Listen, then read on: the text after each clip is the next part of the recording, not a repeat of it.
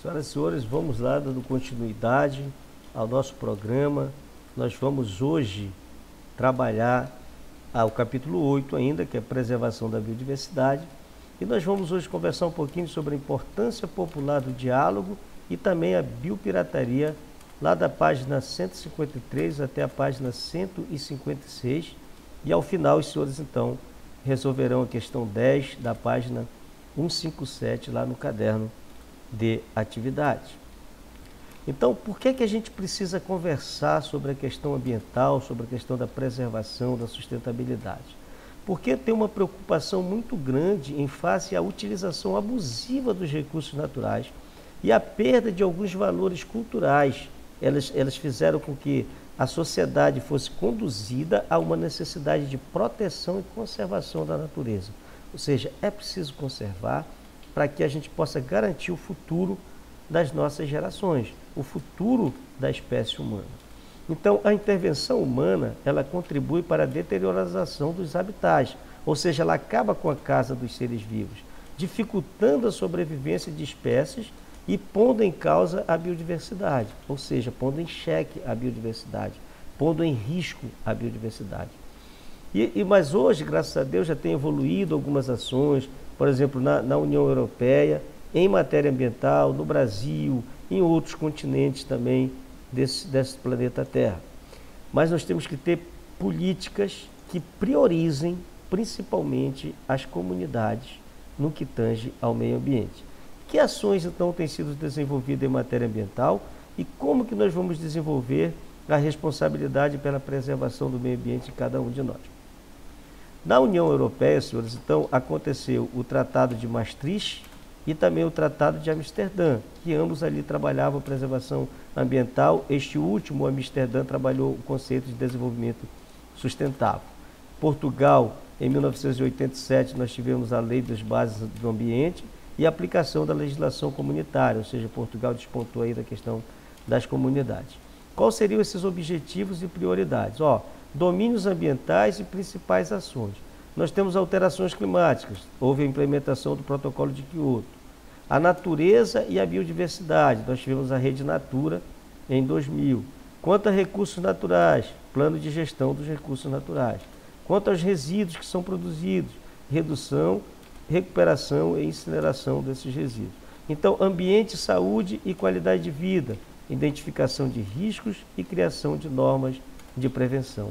Isto é responsabilidade ambiental. O Tratado de Maastricht, então, que é de 7 de fevereiro de 1992, ele trouxe a preservação, a proteção e a melhoria da qualidade do ambiente, a proteção da saúde das pessoas, utilização cuidadosa e racional dos recursos naturais e promoção de medidas internacionais para enfrentar problemas ambientais a níveis globais. E o Tratado de Amsterdã, que é de 2 de outubro de 1997, ele estabeleceu como prioridade o princípio do desenvolvimento sustentável e obtenção de um nível elevado de proteção ambiental.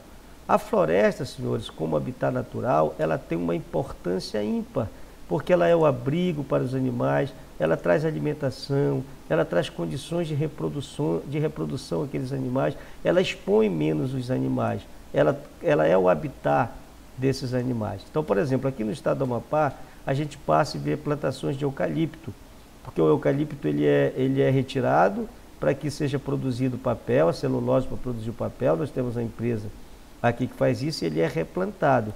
E eles desempenham um papel importantíssimo na conservação da biodiversidade. Isso aí é o manejo sustentável, isso é sustentabilidade. Você utiliza, mas de uma forma racional.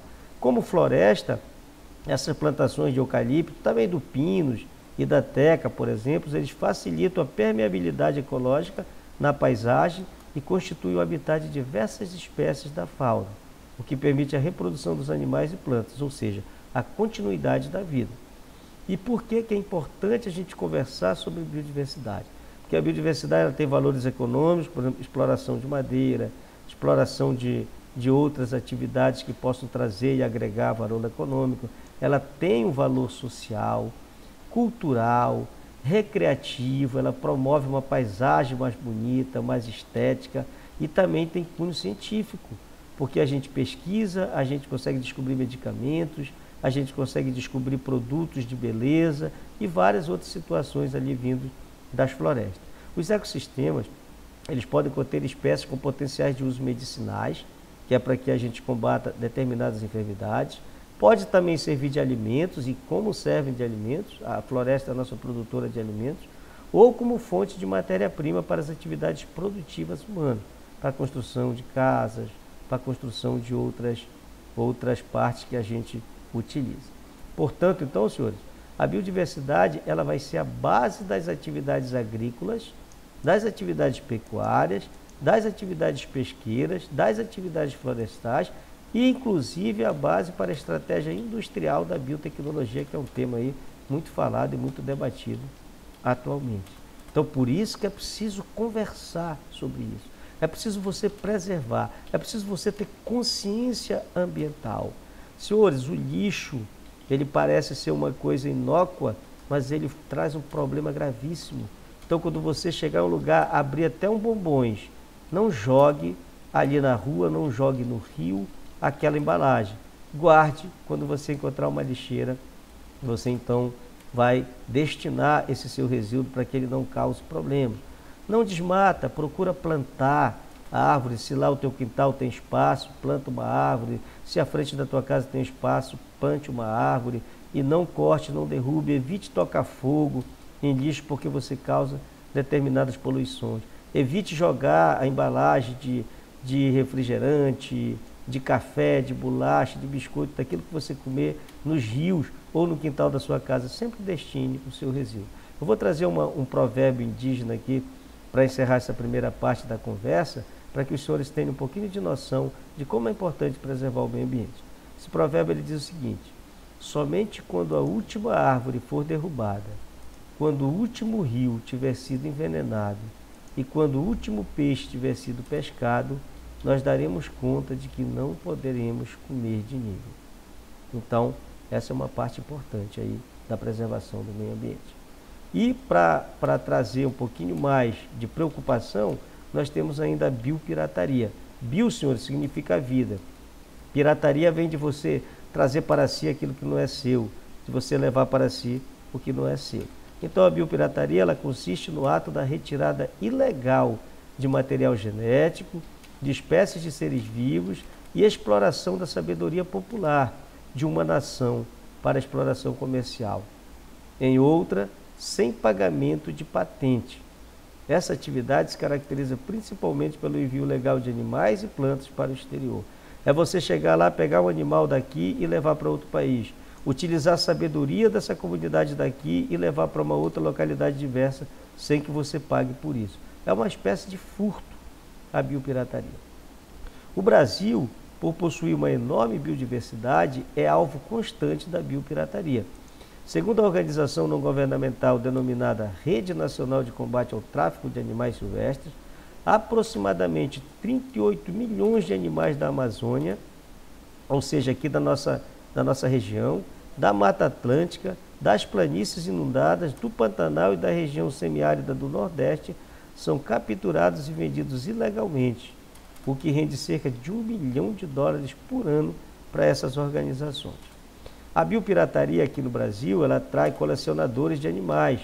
O que é que eles fazem? Eles encomendam determinadas espécies, essas espécies são capturadas e são vendidas para esses colecionadores. O potencial genético também que o Brasil possui atrai o interesse de indústrias de diferentes países nos mais variados ramos de atividade econômica. São principalmente indústrias de alimentos têxtil e farmacêutico. A gente tem um caso tão grave aqui no Brasil que às vezes a gente acha e acredita que essas ONGs ou esses países estrangeiros estão interessados em proteger a Amazônia e eles não estão. O que na verdade eles buscam é as riquezas da Amazônia. Quando se criou o Parque do Tumucumaque, aqui no Amapá, se trouxe para conduzir esse parque um cientista alemão e acredita-se que muita biodiversidade foi aí biopirateada para fora do nosso país. O cupuaçu, por exemplo, que é uma planta genuinamente amazônica, fonte de alimentos dos índios, ele foi patenteado por uma empresa japonesa e hoje a gente não pode nem exportar porque tem produtos e subprodutos que têm patente de uma empresa japonesa. Então isso é tráfico de biopirataria. Além da biodiversidade, um outro fator que contribui para a biopirataria no Brasil é a falta de uma legislação específica. A ação dos biopiratas ela é facilitada por quê? Porque tem ausência de legislação que vai definir regras de uso dos recursos naturais brasileiros. O Brasil não tem uma legislação que comporte isso. E aí isso reflete, nos últimos anos, através do avanço da biotecnologia, que hoje é uma realidade nossa, aí teve uma facilidade de se registrar marcas e patentes em âmbito internacional, bem como dos acordos internacionais sobre propriedade intelectual, aqueles TRIPs chamados, né? As possibilidades da exploração se multiplicaram e a biopirataria então se intensificou aqui no Brasil. Hoje, graças a Deus, nós temos políticas de combate à biopirataria no Brasil, né? A gente está protegendo a nossa biodiversidade, não da forma que deveria ser, mas estamos de alguma forma, coibindo a ação de caçadores e daqueles traficantes de gens. Aí nós precisamos de quê?